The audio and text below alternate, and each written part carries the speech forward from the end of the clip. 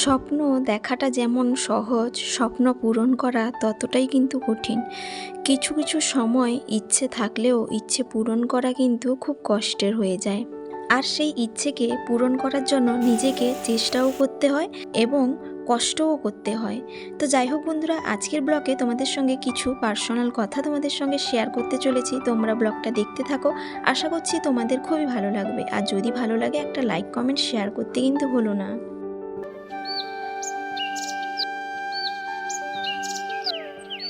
শুভ সকাল বন্ধুরা, কেমন আছো তোমরা সবাই? আশা করছি সবাই ভালো আছো, সুস্থ আছো, আর আমরাও ভালো আছি। আমার আরও একটা নতুন ব্লগে তোমাদের অনেক অনেক স্বাগত জানাচ্ছি। তো অনেক দিন থেকে ব্লগ ভিডিও তোমাদের সঙ্গে শেয়ার করতে পারিনি, তার কারণ হচ্ছে একটু ব্যস্ততার মধ্যেই কিন্তু এখন যাচ্ছি। সমু যেহেতু পড়াশোনা করছে, সেই কারণে আর সময়ও দিতে পারছি না এইসব কাজে। তবুও চেষ্টা করি মাঝে মধ্যে একটা ব্লগ ভিডিও দেওয়ার। তো যাই হোক, সকালবেলায় সমু কিন্তু উঠে ব্রাশ করে নিয়েছিল, ও কিন্তু বিস্কিট নিয়ে বসে পড়েছিল। তো ও বিস্কিটটা ভরলো আর আমি ওইদিকে দুধ গরম করে ওর জন্য বর্নভিটা বানিয়ে দিলাম, আর আমার জন্য করলাম চা। তো ওকে চা দিই না, ও দেখলে কিন্তু খেতে চায়, কিন্তু ওর সামনে আমি খাই না, জানো তো।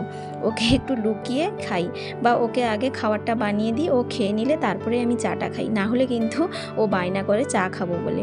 তো যাই হোক, সকাল সকাল পুজো কাজকর্ম শেষ করে চা খেলাম। আর এদিকে এই যে বক্স দুটো দেখতে পাচ্ছ, এই বক্সের মধ্যে একটা ভালো জিনিস আছে, তো সেটা তোমাদের সঙ্গে একটুখানি পরে শেয়ার করছি কি আছে। তো যাই হোক, তারপরে সমু পড়তে বসে গেছিলো, আর ওর বাবা কিন্তু একটুখানি পড়তে বসিয়েছিল। তার বাবা কোচিংয়ে সকালবেলায় যায়, তো যেদিন ওর বেশি পড়ানো থাকে তো সেদিন ও রাত্রিবেলার আগে, বা আমি কোনো সময় রাত্রিবেলায় পড়াগুলো করিয়ে দিই। আর ওর যেদিন একটু ফাঁকা থাকে সকালে বসানোর চেষ্টা করি। আর ছোটো বাচ্চা তো একটু দেরি করেও মাঝে মধ্যে ওঠে, তো সেভাবে হয় না।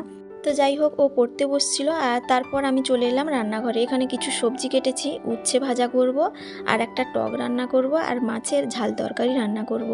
তো পুকুরে না মাছ ধরেছিল দিদি, তো সেগুলো দিয়েছে, তো সেগুলোই রান্না করব। তো যাই হোক, এখন এখানে একটু বেশি করে তেল দিয়ে উচ্ছে ভাজাটা বসালাম। তো তারপর ঘরের মধ্যে চলে এলাম, আর এখানে দুজন চলে এসেছেন মিস্ত্রিবাবু। ওই যে বক্সের মধ্যে জিনিস ছিল সেটা বের করানো হয়েছে, কি বলতো, এসি। অনেক দিনের ইচ্ছে ছিল একটা নিজেদের পছন্দ মতো বাড়ি হবে। তারপর কিন্তু বাড়ি হওয়ার পর ইচ্ছে ছিল এই গরমের মধ্যে তো থাকা যায় না, তো একটা এসি কিনবো। তো তোমাদের দাদাভাইকে বলেছিলাম, তোমাদের দাদাভাই বললো আমার পক্ষে এখন সম্ভব নয়। তো তার জন্য কিন্তু তোমাদের দাদাভাই আর আনতেও পারেনি। তো যাই হোক, সেটা একটু পরে বলছি কি ব্যাপারটা।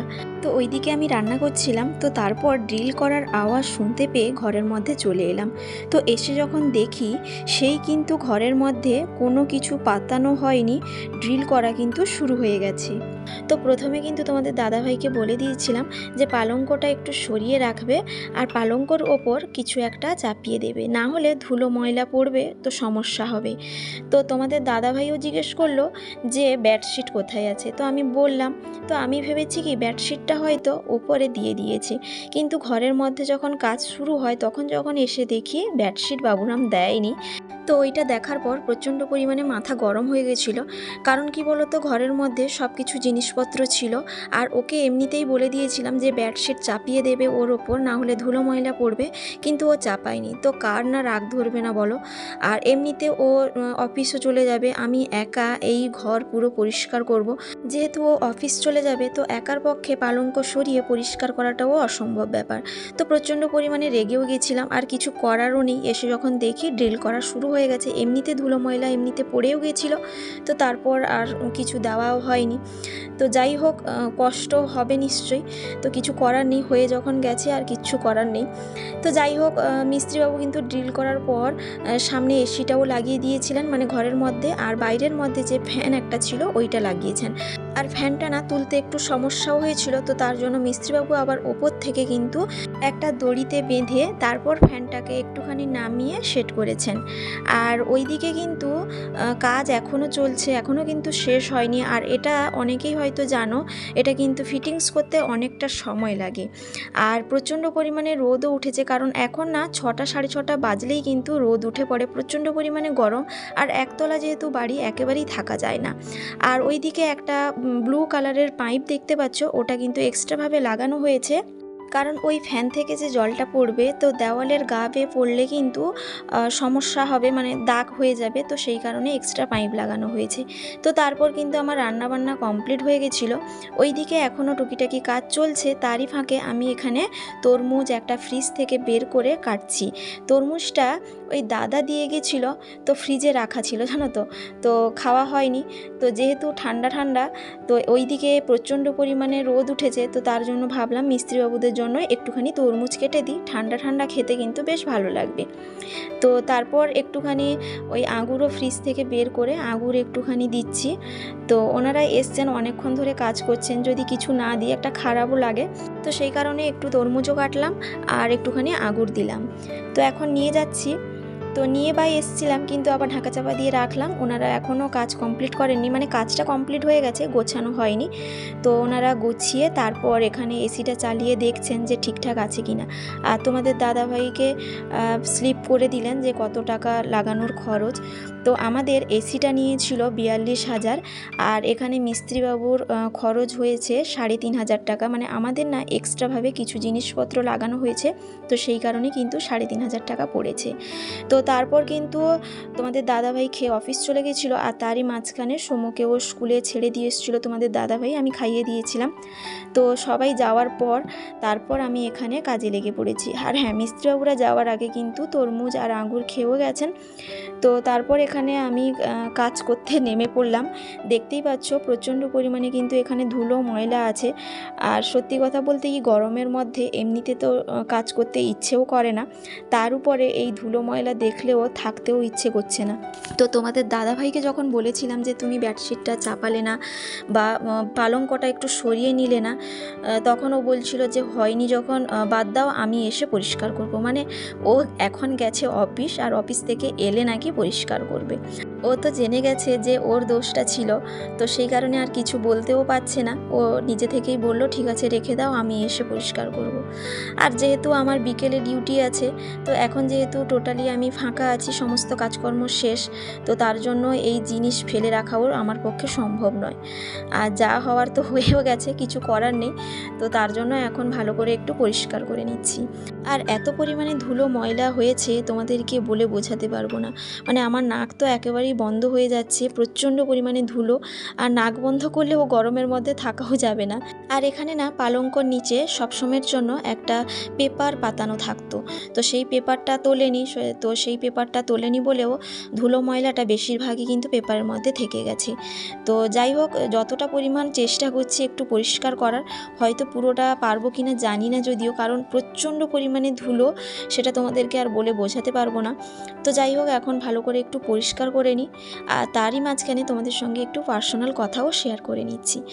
তো যাই হোক, প্রত্যেকটা মানুষের জীবনে কিন্তু খারাপ ভালো সময় আসে। তো আমাদের জীবনেও প্রচণ্ড পরিমাণে খারাপ সময়ও গেছে, হয়তো এখন একটু সুখের সময়ও দেখেছি।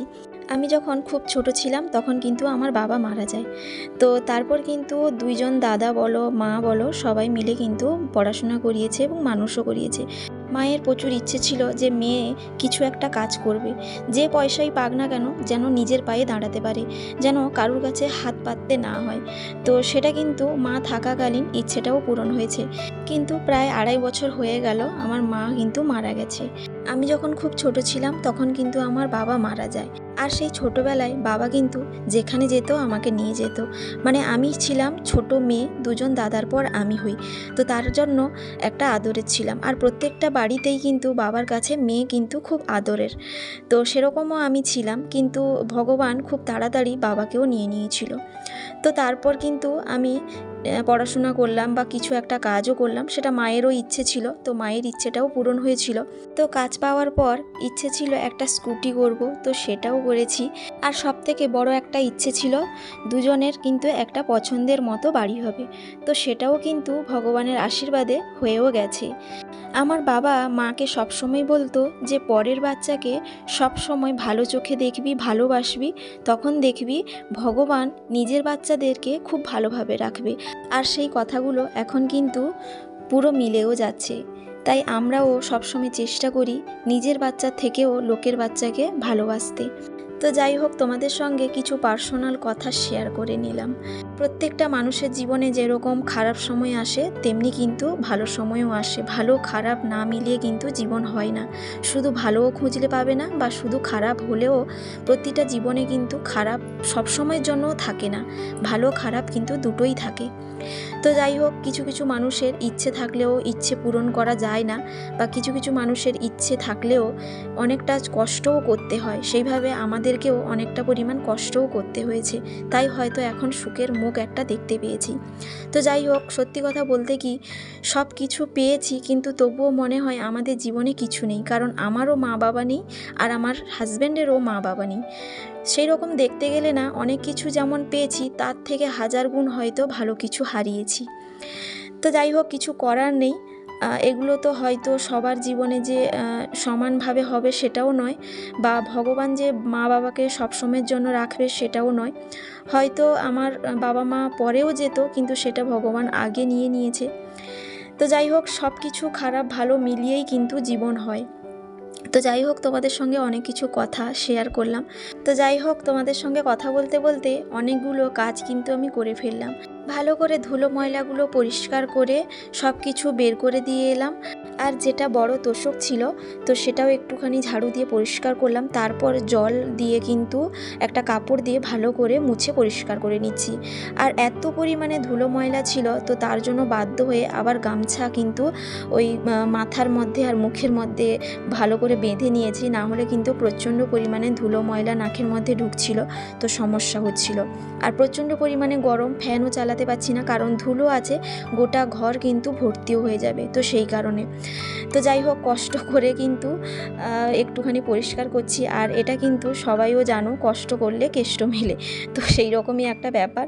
তো যাই হোক, আর কিন্তু আমি রাখতে পারছিলাম না, তো সেই কারণে কিন্তু বাধ্য হয়ে আবার খুলে ঘরগুলো পরিষ্কার করছি। মানে যেহেতু আমি ঝাড়ুটা দিয়ে দিয়েছি, তো এখন শুধু ঘরগুলো মুছে নিচ্ছি আর পালঙ্কটা মুছে নিচ্ছি, তো সেই কারণে খুলে দিলাম। আর পারা যাচ্ছে না গরমের মধ্যে। আর এটা পরিষ্কার করতে এতটা সময় লেগেছিল, তোমাদেরকে আর বলে বোঝাতে পারবো না। সেই দিনটা আমার তো পুরো মাথা গরমও হয়ে গেছিল। তো যাই হোক, কিছু করার নেই, হয়েও গেছে। আর বলতে বলতে পরিষ্কার পরিচ্ছন্নটাও প্রায় কমপ্লিটের দিকে। তো যাই হোক, ওই মোটা তোষকটা একটু পালঙ্কর ওপর দিয়ে দিলাম। তারপর নিচে যেটুকু অংশ বাকি ছিল সেটাও মুছে নিচ্ছি ভালো কাপড় দিয়ে। প্রথমে একটুখানি মুছে নিয়েছিলাম, তারপর আবারও একটুখানি মুছে নিচ্ছি। তো যাই হোক, এবার আসি এসির কথায়। তোমাদের সঙ্গে তো অনেক কিছু কথা শেয়ার করলাম, এসিটার কথা একটু শেয়ার করে নিই। তো তোমাদের দাদাভাইকে গরম যখন পড়া আরম্ভ হলো, তো তখন কিন্তু বলেছিলাম যে একটা এসি কেনো, এই গরমের মধ্যে তো একতলা বাড়িতে থাকাও যাবে না। তো তখন তোমাদের দাদাভাই বলল যে এখন তো অনেকটা পরিমাণ লোনও আছে, তো এখন কিন্তু আমার পক্ষে সম্ভব নয়, আর এত টাকা ধার কোনো দিন কেউ দেবেও না, এটা তো ব্যবসার ব্যাপার, কিছু টাকা হলেও তোমাকে দিতে হবে। তো সেই টাকাও দেওয়া সম্ভব নয়, কারণ অনেকের বাকি আছে, তারপর লোনও আছে, প্রত্যেক মাসে দিতে হয়, তো এত টাকা একটু খরচ করতে সমস্যা হবে। তো সেই কারণে তোমাদের দাদাভাইকে বললাম, ঠিক আছে তুমি পারবে না ঠিকই, কিন্তু আমি কিন্তু এসিটা কিনবো, যখন ইচ্ছে হয়েছে অবশ্যই কিনবো। সত্যি কথা বলতে কি, এই গরমের মধ্যে একতলা বাড়িতে থাকা কিন্তু খুবই কষ্টকর ব্যাপার। তার উপরে আমাদের বাড়িটা হচ্ছে ফাঁকা মাঠের মধ্যে, প্রচণ্ড পরিমাণে রোদ ওঠে, মানে একেবারে পুরোটাই কিন্তু সকাল থেকে সন্ধে পর্যন্ত রোদটা পুরো বাড়িতে লাগে।